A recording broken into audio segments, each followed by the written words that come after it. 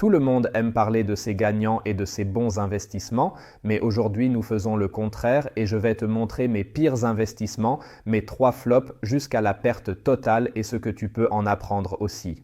Et bienvenue chez Northern Finance, mon nom est Alex Blake. Oui, c'est bien que tu es encore allumé aujourd'hui. Pour la transparence, montrer les investissements réussis et les échecs passés est crucial. Les nouveaux arrivants peuvent ainsi apprendre de mes erreurs et éviter de les répéter à l'avenir. Les marchés boursiers sont en plein essor, suscitant l'excitation. Le DAX a augmenté de 7,7% ce mois-ci et de plus de 13% depuis le début de l'année, malgré une récession en Allemagne. Donc beaucoup sont remontés à bord du train à moitié, pour ainsi dire, dans le marché haussier, et il est plus facile de se brûler les doigts à nouveau. C'est pourquoi je fais cette vidéo aujourd'hui. Cela vaut également pour les bourses internationales. Le Nasdaq 100 a augmenté de 9,7% ce mois-ci. En un seul mois et cette année même plus de 37%. La raison en est que les taux d'intérêt pourraient bientôt baisser à nouveau et qu'il n'y aura peut-être pas de récession aux États-Unis, ce qui permettra aux fraudeurs et aux amateurs de revenir dans de meilleures conditions lorsque l'argent des gens sera un peu plus facile dans les 1 à 2 prochaines années, lorsque l'économie se développera à nouveau, se rétablira. Et les attentes pour l'avenir s'améliorent à nouveau. C'est pourquoi je veux aborder directement le sujet et te raconter les histoires de 2 pertes importantes et d'une perte totale que j'ai subie, ainsi que les leçons que j'en ai tirées aujourd'hui, afin que tu puisses te protéger au mieux dans des situations similaires. Nous commençons avec Grouper, une plateforme de prêt P2P suspectée d'avoir été créée pour collecter de l'argent et l'investir dans de faux projets et de faux prêteurs à des taux d'intérêt élevés de 11 à 13% selon de nombreux investisseurs concernés. Pas vraiment plus que courant en 2019, mais taux d'intérêt attrayant quand même. Et je parle maintenant des accusations des avocats et des investisseurs. Le croupier n'a pas encore été condamné à ma connaissance. Au moins, je n'ai rien trouvé en ligne à ce sujet. En général, la présomption d'innocence s'applique, mais il y a des doutes sur l'innocence ici. Passons-les en revue. Beaucoup de drapeaux rouges là-bas que tu pourras reconnaître plus tard. De la même manière qu'un système de boule de neige, de plus en plus de nouveaux investisseurs auraient été attirés chez Groupier pour maintenir l'apparence et rembourser les anciens investisseurs, y compris les intérêts, mais il semble que cela n'ait été en réalité en grande partie que les fonds d'autres investisseurs, au lieu de véritables rendements provenant de projets de crédit. De l'argent a été accumulé ici, prétendument investi, mais beaucoup de ces prêts n'ont jamais existé. Certains prêts étaient réels et c'était là l'astuce pour impliquer des entreprises sérieuses, mais une grande partie était probablement fictive. Ici, j'étais impliqué avec environ 800 € avant que le croupier ne stoppe le paiement à cause du COVID et a utilisé cette crise comme excuse pour arrêter maintenant le paiement. Lars von Revenu Passif avec P2P a également pu démontrer par la suite que le prêteur GHK Finance n'avait jamais collaboré avec Groupier, bien qu'ils aient collecté de l'argent sous forme de prêt pour eux et qu'ils aient également fait de la publicité sur leur site web avec eux et leur logo ici. Quand il y avait des croupiers, GHK Finance n'a rien fait, peut-être qu'ils n'en ont rien su. Il y avait aussi de vrais prêteurs et de vrais projets, mais seulement en partie. Une grande partie devrait alors être contrefaite et selon ce rapport ici de la radiodiffusion publique lettonne LSM, il semblerait que 11 millions d'euros provenant d'investisseurs groupiers aient été transférés en Russie à la société Systema Capital sans leur connaissance qui appartiennent par hasard à des parents du PDG à la Kisika ici. Apparemment un prête-nom, pas responsable lui-même ici en réalité. Tout comme beaucoup d'autres chez Groupie. C'était probablement un grand spectacle ici qu'ils ont également bien joué. Après tout, ils ont trompé ici environ 30 000 investisseurs, y compris ma propre personne. Et oui, plus de nouvelles d'eux depuis plus de 2 ans maintenant. Je suis aussi un peu honteux d'avoir été trompé par eux ici. J'ai abandonné les 800 € et à mon avis, ça ne vaut pas la peine de continuer à s'en occuper pendant des heures et des jours. On ne verra probablement plus rien de cela. L'argent est en Russie et compte tenu de la situation actuelle, je ne pense pas qu'on puisse en obtenir quelque chose. Pour ma part, j'ai beaucoup appris de cela, il faut le dire. Entre autres, l'investissement sur des plateformes non réglementées est très élevé. Je continue à investir dans de telles, mais je le fais avec plus de prudence et j'apprécie lorsque la société mère est réglementée, même si la plateforme ne l'est pas encore. Parce que c'est simplement un processus long et coûteux. Deuxièmement, une visite sur place et une équipe engagée ne garantissent pas que cette plateforme soit honnête. Et troisièmement, et peut-être le plus important, je fais plus confiance à mon instinct et je ne me diversifie pas à l'infini dans différentes plateformes P2P, mais seulement dans celles sérieuses. Kutzal, FastInvest, Investio et toutes les autres plateformes comparables, je ne les ai jamais promues, je n'en ai jamais parlé car elles me semblaient suspectes, mais j'ai été honnêtement trompé par Groupier, mais pas par les trois autres.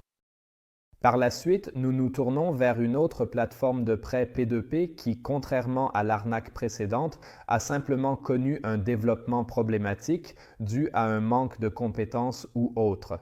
Elle a mal évolué, mais pas une fraude. Je suis présent sur plus de 20 plateformes à tout moment. Je veux juste une vue d'ensemble du marché en tant que blogueur et être responsable de mon capital ici. CrowdStore est cette plateforme qui m'a toujours semblé très risquée après un an et cela s'est effectivement réalisé. J'ai aussi fait une interview avec les deux chefs de la plateforme avec vos questions critiques en automne 2020 et ça a malheureusement confirmé mes craintes ici. En conséquence, je n'ai pas beaucoup promu la plateforme, je n'ai pas tourné de test et j'ai seulement investi 100 € ici. L'argent partagé entre usines de saucisses et supermarchés. Comme nous pouvons le voir, un projet a échoué et l'autre est en retard de plus de 90 jours. Et donc aussi pratiquement annulé. Alors que j'ai encore reçu un peu d'argent de l'usine de saucisses, la procédure d'insolvabilité se poursuit et l'issue est encore incertaine. Le projet est réel, il faut le dire. Maintenant, les machines vendues de force ici pour les créanciers comme moi. Je m'attends à récupérer une partie de l'investissement ici, mais les intérêts et le risque de 24% étaient très élevés. Idem pour le supermarché spécialisé qui offrait aussi un taux d'intérêt de 24% avec un risque très élevé. Maintenant, après de nombreux retards, la procédure de faillite contre eux est enfin en cours. Entre-temps, CrowdStore ne propose plus de prêts individuels pour les petites et moyennes entreprises, tout comme celle dans laquelle j'ai récemment investi et que je ne souhaite pas continuer à investir car il ne semble pas maîtriser suffisamment la gestion des risques, à mon avis, pour offrir aux investisseurs un rendement plutôt qu'une perte. Ce modèle économique est tout à fait possible, mais pas chez CrowdStore et pas avec les personnes qui sont derrière ici. De plus, CrowdStore Flex est également proposé, mais cela me semble trop risqué. Ici, vous pouvez retirer votre argent rapidement, mais vous l'investissez dans les mêmes prêts risqués. Maintenant, les crédits à la consommation s'ajoutent aussi, mais pas avec une entreprise établie depuis longtemps, mais avec une entreprise très jeune et nouvelle qui propose un taux d'intérêt de 225% au lieu des 10-16% habituels et une garantie de rachat, car cela n'existe pas ici. On assume ici la responsabilité totale et on partage les bénéfices éventuels qui peuvent être générés. Selon les évaluations de risque actuelles de CrowdStore, cela ne représente rien, donc je n'investis pas.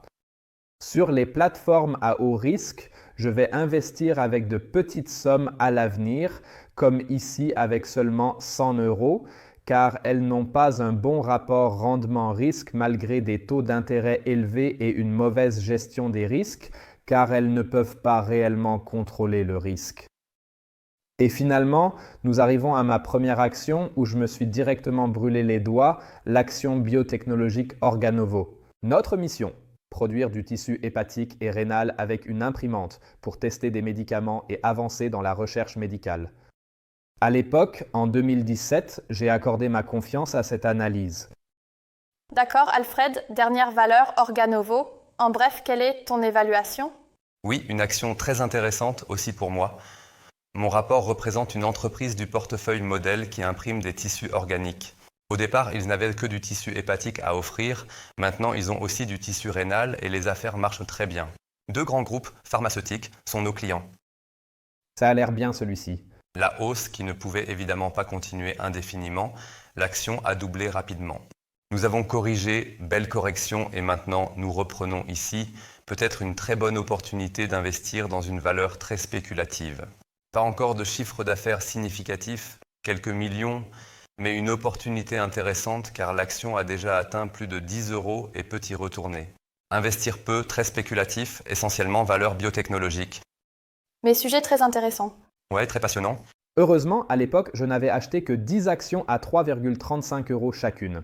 Et à côté de mon certificat court sur le DAX pour 67 € que vous voyez ici, et 2 actions OHB, l'entreprise spatiale de Brême. L'investissement avec OHB s'est très bien passé. J'ai payé 18 € par action. Aujourd'hui, ils sont à 42. Mais aujourd'hui, comme je l'ai dit, il ne s'agit pas des gagnants, mais des pertes. Et avec Organovo, j'ai vraiment subi des pertes. L'action a été cotée sous un autre numéro d'identification des valeurs mobilières, mais a néanmoins perdu plus de 98% de sa valeur jusqu'à présent. Le pari n'a malheureusement pas fonctionné, mais parfois c'est comme ça et même ici j'ai pu apprendre quelque chose car l'entreprise OHB que j'ai également bien étudiée s'en est très bien sortie. Je l'ai acheté presque au même moment.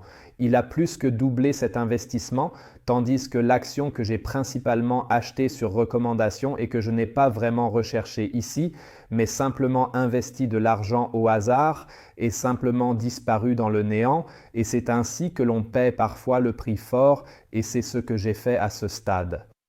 J'ai donc perdu tout mon investissement chez Groupir, une grande partie chez Crodesta et aussi une grande partie chez Organovo. Ici, j'ai effectivement vendu en 2017 avant de subir une très grande perte, mais j'ai quand même fait une perte de 30% ici. Ce sont donc mes pires investissements. Ce n'est pas si facile, je trouve, d'en parler ouvertement et honnêtement, car c'est un peu mal vu. On dit que ça ne se fait pas. Je l'ai quand même fait ici. J'espère que tu as aimé. Si oui, dis-le-moi dans les commentaires ci-dessous et ton pire investissement si tu oses. Bon rendement et à la prochaine fois.